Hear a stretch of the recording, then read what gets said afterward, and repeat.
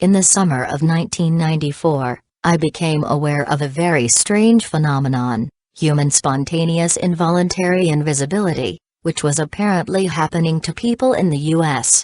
When I checked with other researchers and discovered that a number of them had also heard of such cases, I decided to place an inquiry letter in several well-known journals, asking other researchers and the general public if they had any experiences of this nature that they would like to share with me. Besides the publication of my inquiry letter, my inquiry was placed on several internet bulletin boards.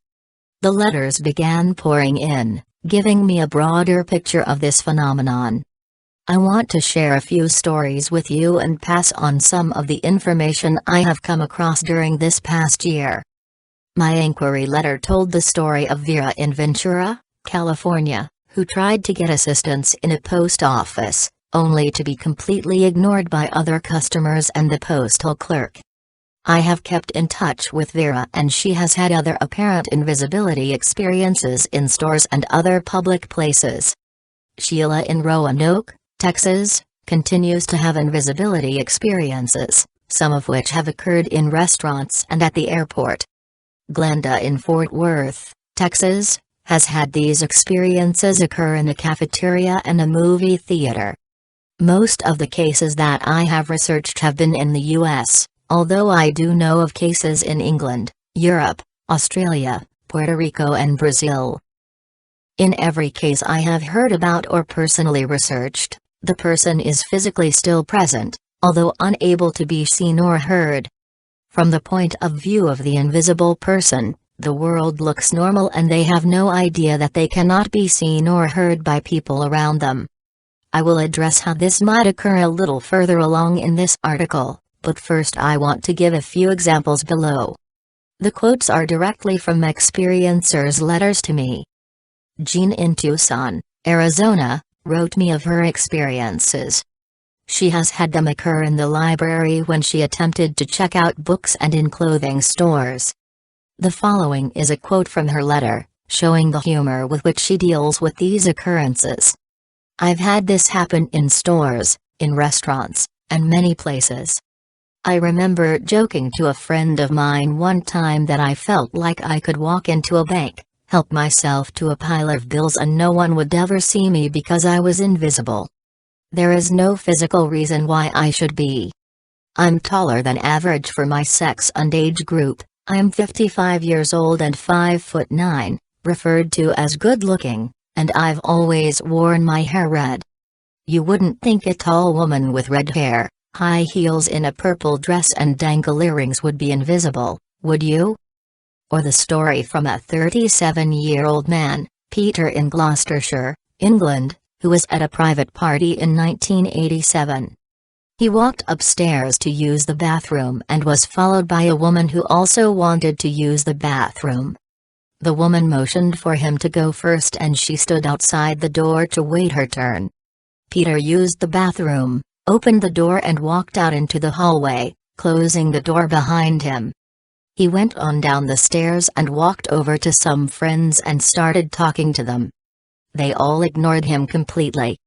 He thought they were playing a joke on him, so he walked away and found his girlfriend and asked her for a cigarette. She, too, acted like she didn't see or hear him. Peter was getting angry by this time and thought the joke had gone too far. He decided to walk back upstairs and catch the woman coming out of the bathroom and ask her for a cigarette. I walked back up the stairs and, on reaching the bathroom landing, I came across the girl again who was standing outside the bathroom door, clearly still waiting for me to come out. When she saw me, her face dropped in surprise, for clearly she thought that I was still in the bathroom. Peter returned to the party downstairs and everything was normal again and he was able to be seen and heard. When he questioned his friends and girlfriend as to why they had ignored him, they all swore that they had never seen or heard him. Obviously the woman upstairs had not seen him come out of the bathroom and go downstairs. Then there is the case of Melanie in Ventura, California, who became invisible while sitting on her own living room sofa and staring at the wall, lost in her own thoughts. Her husband was walking around the house looking for her but could not see her sitting there, only several feet away from where he was walking. This lasted for approximately 10 minutes, then she was suddenly visible again. Her husband was quite upset with her and thought she had been hiding from him. She assured him that she had been sitting there all along, but to this day, he does not believe her. Or, how about Janice in Minneapolis, Minnesota, who has had a number of invisibility experiences throughout her life? The one reported here lasted longer than usual. As a teenager, she fell in with a group of friends who decided to see if they could actually steal something from a department store and not get caught. As luck would have it, the entire group was caught and taken into custody, including Janice. They were taken to the police station and one by one were questioned, all, that is, except Janice. Although she was standing right there, no one paid the slightest attention to her, not the police, the guards, or the office personnel. She finally just got up and walked out of the police station without ever being questioned or anyone attempting to stop her. When she later talked with her friends about what happened in the police station, they didn't even recall me being taken into custody at the department store. Yet I rode in the police car with everyone else, and they thought I was still at the store. No one had seen her from the moment the police had arrived on the scene in the store until some time after she had walked out of the police station unhindered. What actually is happening? Why is this occurring? We don't have answers for these questions yet. But in trying to learn more about invisibility, I came across some information which I want to share with you. Human invisibility has been written about for centuries. Indo-European and pre-Aryan shamanistic beliefs accompanied the peoples who eventually migrated into the Indus Valley, approximately 2500 to 1500 BCE. Here, men and women of great spiritual attainment, superior knowledge, and extraordinary powers came to be called rishis. The Vedas, which form the basis of Hinduism, emanated from the teachings of the rishis, starting around 1000 BCE. In these texts, we find descriptions of the rituals and techniques of the Hindu priests, sounding very much like the magical and shamanistic abilities of the old sorcerers, magicians, and shamans. Later in Hinduism, around 700 to 300 BCE, we find the secret doctrines, called the Upanishads, which were written for students. Within the Upanishads, there is a section called the Yoga-tattva, which gives the rich mystical philosophy of the discipline and theory of practice for attaining knowledge of the essence of God. A serious student of Raja Yoga was taught that certain supernormal powers, called siddhis, were a natural outcome of gaining mastery over one's mind and environment, and were used as valuable indications of the student's spiritual progress. One of these yogic siddhis was human invisibility. Patanjali, author of the Yoga Sutra, which is one of the earliest treatises among the early Indian writings, attempts to describe the process whereby human invisibility occurred. He says that concentration and meditation can make the body imperceptible to other men, and a direct contact with the light of the eyes no longer existing, the body disappears. The light engendered in the eye of the observer no longer comes into contact with the body that has become invisible, and the observer sees nothing at all. There is not a lot written about how this occurs. The explanation of the process whereby invisibility was brought into being was most likely left up to the teacher to impart to the student directly. We move ahead in time and find that from the 13th century on, numerous texts in Europe refer to similar abilities, performed by sorcerers and magicians who had the power to make themselves invisible, like the shamans, both ancient and modern, and the yoga masters in India. Some other cultures in which shamanism, and the ability to vanish, has played a major role are the Aborigines of Australia, the archaic peoples of North and South America, and the peoples in the polar regions. Next we look at Rosicrucianism, which started in Europe in the 15th century. Among the papers of that time, There are a number of them that talk about invisibility. A brother in the Rosicrucian fraternity wrote a paper on how to walk invisible among men, and there is evidence that this was being taught in those early days. H. Spencer Lewis, the founder of the ancient and mystical order Rosicrucians in San Jose, California, stated that one can gain invisibility with the use of clouds.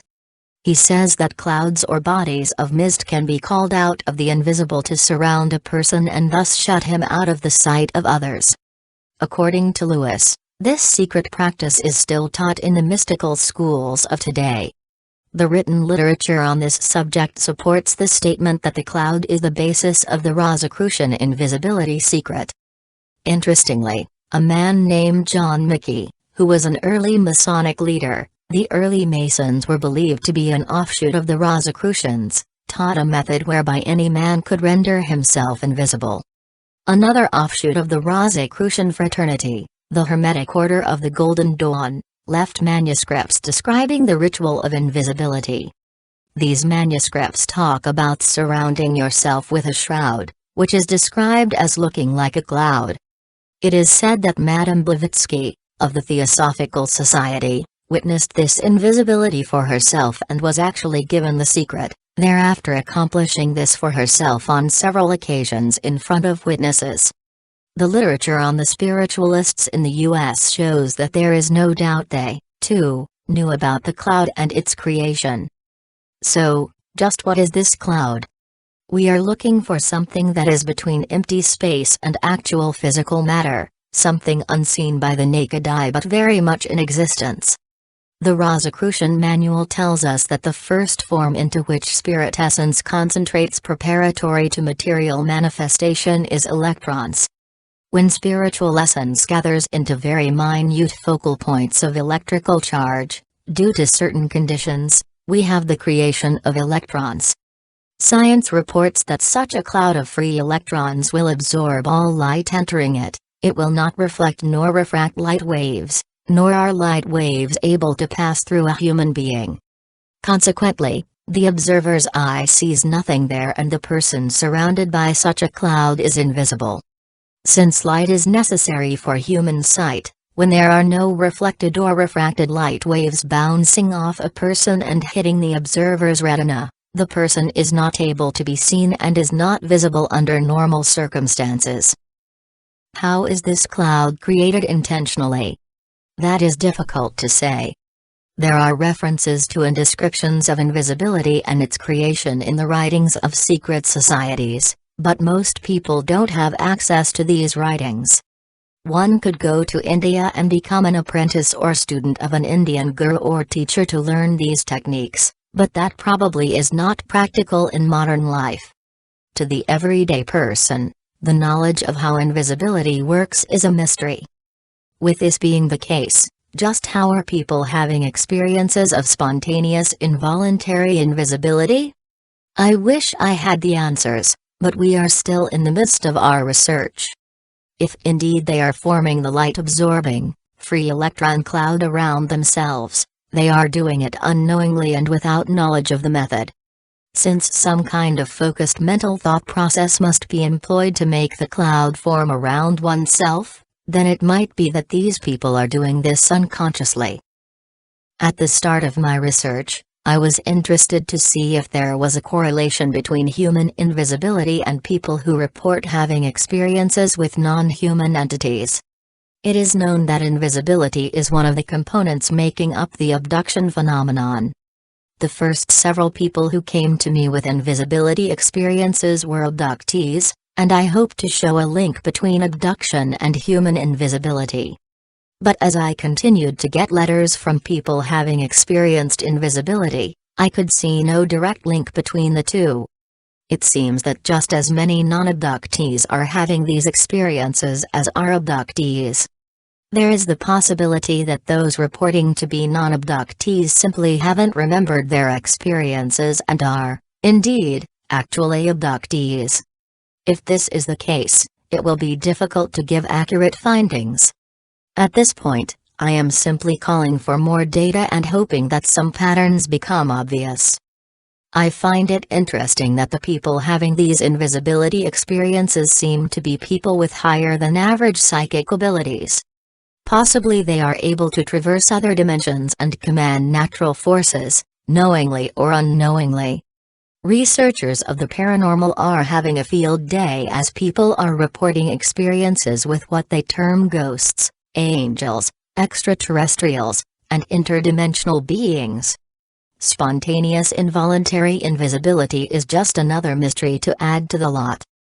In our culture, we have sayings such as "she looked right through me," "they acted like I wasn't even there," etc.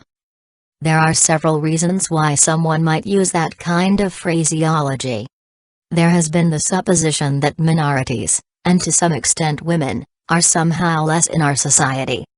Thankfully, this attitude has been undergoing a change in recent years. But a person who falls into a category that society has traditionally considered less in importance might take on the stereotyped role and believe it to be true to the extent he feels so unimportant that, to him, people don't even notice him. He feels invisible. Another reason could be the mental health of the person involved. Severely depressed people can experience what is termed nihilism, or the feeling of such uselessness and worthlessness that they feel invisible to people around them. A person with extremely low self-esteem might feel he is unworthy of being noticed, therefore he feels invisible. In these cases, the feeling of invisibility is a subjective one on the part of the experiencer and is not necessarily based in fact. And I think we have all had the experience of a person simply not paying attention to us and not seeing us or what we were doing. But if we were to go up to them, stand directly in front of them and speak to them, their attention would be drawn to us and they would interact with us. The phenomenon of human spontaneous involuntary invisibility is quite different. My research has shown the people to be well-adjusted, well-educated and taken totally by surprise at the occurrence of invisibility. Often it takes several such occurrences before they realize that they are truly invisible during certain times to other people. They attempt to interact with those around them and simply can't be seen or heard. This produces frustration and, in many cases, a sense of fear at something which they don't understand.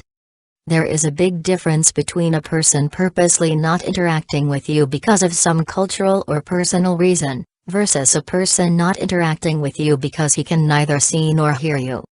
A case in point, I recently had a phone call from Joel in Fullerton, California, who was very bewildered and needed to talk about what was happening to him. He had just returned from a restaurant where he was seated at a table by himself drinking his tea after having finished his dinner. Joe was sitting forward in his chair and intent upon something happening out the window and did not notice a man pass behind his table and take his jacket from the back of his chair. When he finished his tea, he stood up to get his jacket and found it missing. He reported this to the maitre d' and was told that the man who turned it in had said no one was sitting at the table and he assumed that the party had left, so he turned in the jacket. Joe had had several such invisibility occurrences within the past 3 months and was quite disturbed over them. As I continue to get letters and phone calls, I realize that there is much more to be learned about this fascinating phenomenon.